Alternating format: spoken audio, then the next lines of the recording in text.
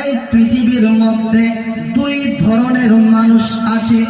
এক ধরনের মানুষের নজর কোরআনের পাতার দিকে, আরেক ধরনের মানুষের নজর ফিল্ম আর নাটকের দিকে।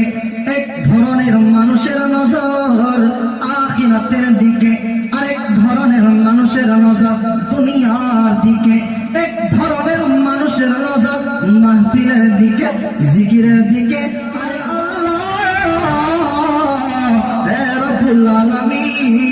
আমার কাছে যদি আজকে জুতো কেনার জন্য টাকা থাকতো, আমার কাছে যদি জুতো থাকতো, কিন্তু জুতো পরার জন্য যদি আমার কাছে পা দুটো থাকতো না, ওই জুতো নিয়ে আমি কি করতাম, টাকা নিয়ে কি করতাম। হযরতে শেখ সাদি বললেন, আল্লাহ চলতে গিয়ে যে কেমন মজা পাওয়া যায় সেটা আমি বুঝতাম না। শেখ সাদি বললেন, আল্লাহ টাকা নেই কোনো অসুবিধা নেই, টাকা নেই কোনো অসুবিধা নেই, জুতো নেই কোনো অসুবিধা নেই, কিন্তু তুমি যে আমাকে দুটো সুন্দর পা দিয়েছো এটা তোমার লাখো কোটি শুকরিয়া। সুবহানাল্লাহ। পাও अल्लाह देवा अनेक बड़ो नेयामत। ऐ लोगो, अगर पाँव की हकीकत को जानना चाहते हो, पाँव क्या चीज है अगर तुम जानना चाहते हो, उस आदमी से पूछो जो बेचारे के पास चलने के लिए पाँव नहीं है। जब आप उनसे पूछोगे तब आपको पाँव की हकीकत समझ में आएगी। आँख भी अल्लाह की बहुत बड़ी दी हुई नेमत है। बोले जोर से क्या है? जोर से बोले ना यार, मोहब्बत के साथ बोले, अल्लाह की दी हुई नेमत है। ऐ लोगों, अब अगर आंखों की हकीकत को समझना चाहते हो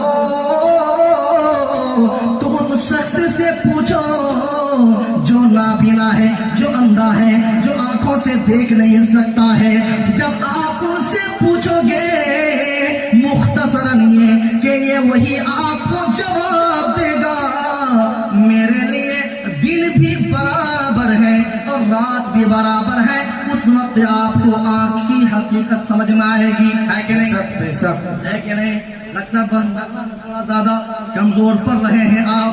ऐ लोगों, लेकिन अल्लाह का करम है, आप उर्दू भी सुनते हैं, बांग्ला भी सुनते हैं, उर्दू भी समझते हैं, बांग्ला भी समझते हैं। तो मैंने कहा ना कि दोनों भाषा सीख करके ये काम आएगा, वरना कहीं फंस जाइएगा।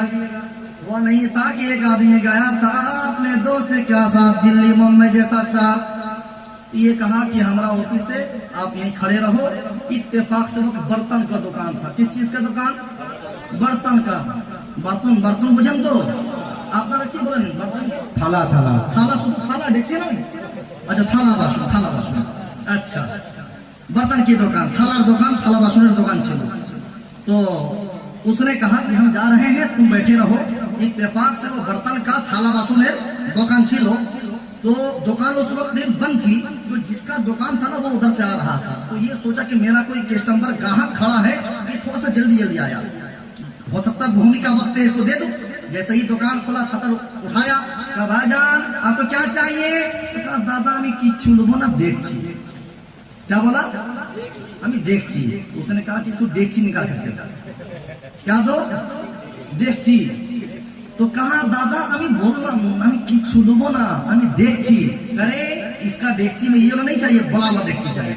बड़ा वाला लेकर के दिया। इसको तो लेना था नहीं, ये लेवा छिलो ना, इसको लेना नहीं था। ভাই আপনাকে কতবার আমি বলবো আমার কিছু লেবার নাই, আমি শুধু দেখছি।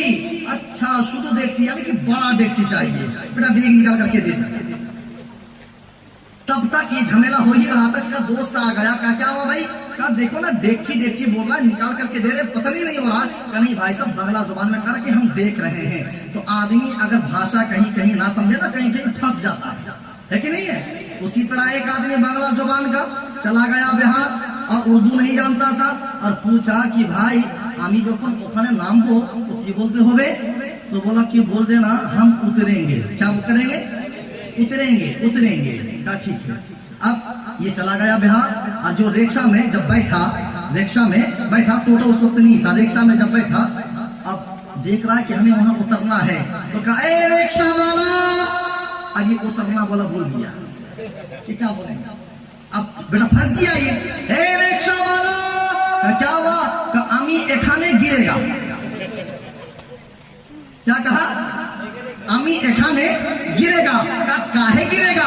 ना ना आमी एखाने गिरेगा। अरे काहे गिरेगा? ना आमी गिरेगा। अब रिक्शा वाला उतरा, उतर तो बांध दिया। अब कैसे गिरेगा? इतना दूसरा गिरा नहीं, यहाँ कैसे गिरेगा? तो कहा कि हम यही गिरेगा। उतरेगा? कहाँ? हाँ उतरेंगे।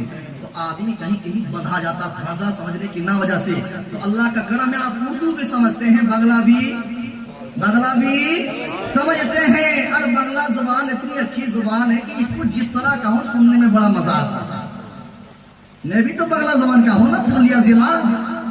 बंगला जुबान इतनी अच्छी जुबान है कि जैसा भी कहो सुनने में आपको मजा नहीं आता। तो चुपचाप कहे हैं,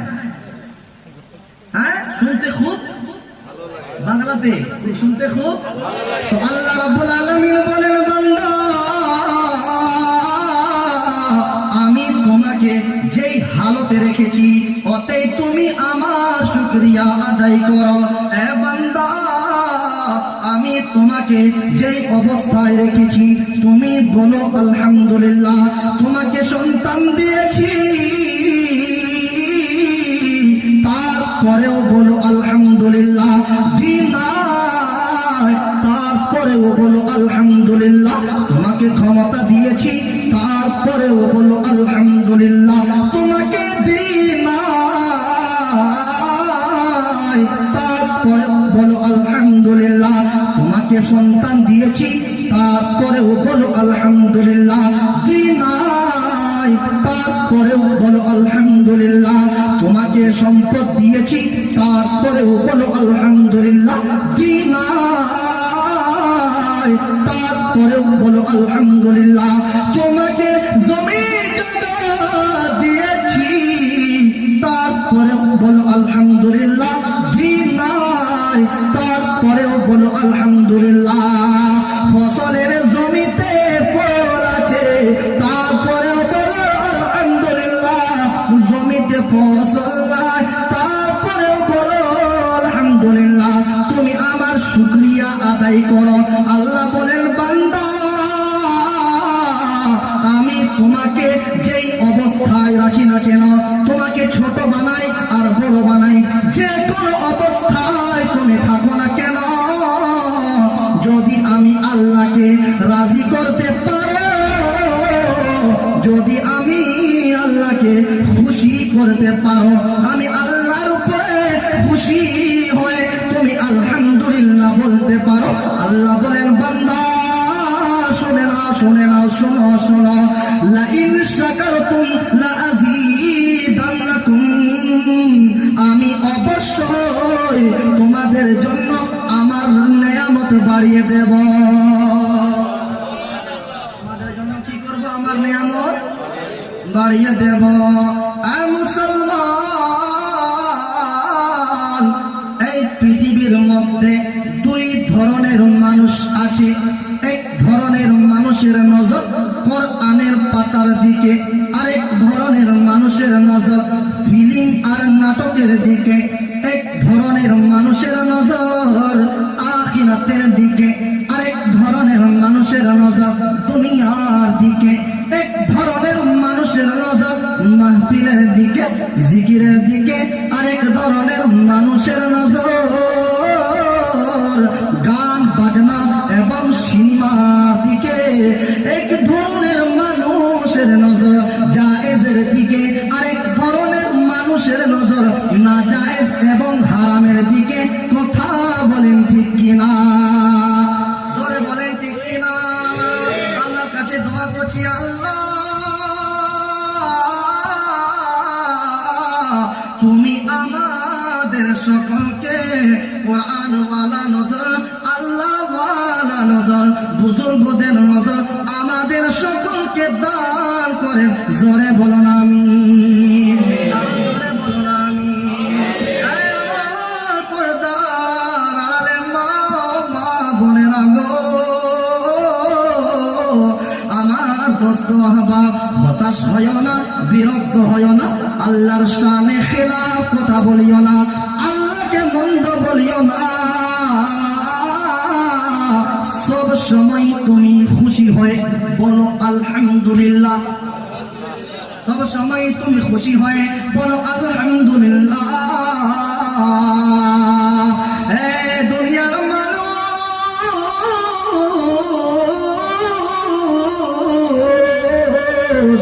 বারবার তুমি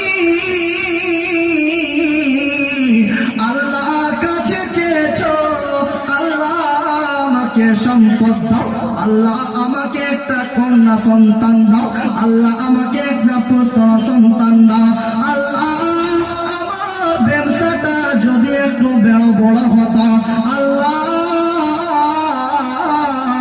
আমার জমি জায়গা যদি আরো একটু বেশি হতো, আল্লাহ কবুল করে নাই, এরপর তোমাকে দেয় নাই, তোমার জীবন শেষ হয়ে গেছে। আল্লাহ বলেন বান্দা,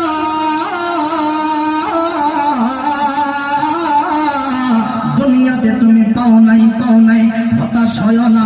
যদি দুনিয়াতে আমি তোমাকে না দিই, তাহলে মনে রাখবে যাদেরকে আমি দুনিয়াতে কোটিপতি বানিয়েছি, ওই কোটিপতিদের 500 বছর আগে আমি আল্লাহ তোমাকে জান্নাত দিয়ে দেব। আর জোরে বলেন, জোরে বলে সুবহানাল্লাহ।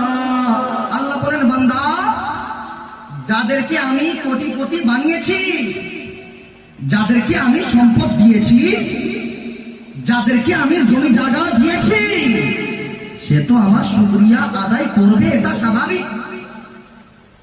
সে তো আমার শুকরিয়া আদায় করবে, এটা ওরে বলে স্বাভাবিক। কেন? আমি তাকে সম্পদ দিয়েছি, আমি তাকে সম্মান দিয়েছি, আমি তাকে ইজ্জত দিয়েছি, আমি তাকে সন্তান দিয়েছি, আমি তাকে জমি জায়গা দিয়েছি, সে আমার দেওয়া সম্পদ পেয়ে আমার শুকরিয়া আদায় করেছে, সে আমার দেওয়া সম্মান পেয়ে আমার শুকরিয়া আদায় করেছে, সে আমার দেওয়া জমি জায়গা পেয়ে সে আমার শুকরিয়া আদায় করেছে। কিন্তু বান্দা, আমি আল্লাহ যে তোমাকে দিই নাই, এরপরও তুমি বলেছো আলহামদুলিল্লাহ। মনে রাখবে কিয়ামতের দিনে হাসরের ময়দানে ওই কোটিপতিদের চাইতে 500 বছর আগে আমি তোমাকে জান্নাত দিয়ে দেব। জান্নাত চাই কি চাই না? ধরে বলেন, জান্নাত চাই না? হ্যাঁ, জান্নাত চাই না? জান্নাতে যেতে চান? জান্নাত চাই কি চাই না? এই জন্য আমার ভাইরা মাহফিলে যে এসেছেন, এখান থেকে আমরা একটা শিক্ষা নিয়ে যাব, সব সময় শুকরিয়া আদায় করব কার? ধরে বলেন, মুহাব্বতের সাথে বলে।